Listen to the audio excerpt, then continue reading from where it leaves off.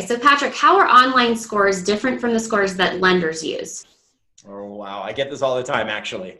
And so I kind of have to back up when I explain this. The credit scores come from the credit bureaus. There's 3 different credit bureaus, and they don't actually hold your score. They hold information about you. They hold the accounts, they hold the dates, they hold all of that data, but all of that data has to be put through a credit scoring algorithm to kick out your credit score.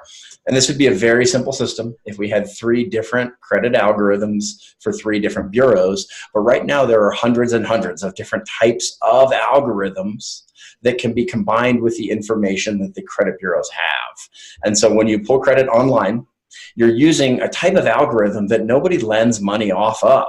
It's completely different from the credit scoring models that mortgage lenders use, completely different from auto lenders, completely different from insurance companies or credit card companies. Really, the type of score you get depends on what you're trying to buy. There is no way to get a mortgage score unless you have a licensed loan officer pulling credit on you. That makes sense. Mm-hmm.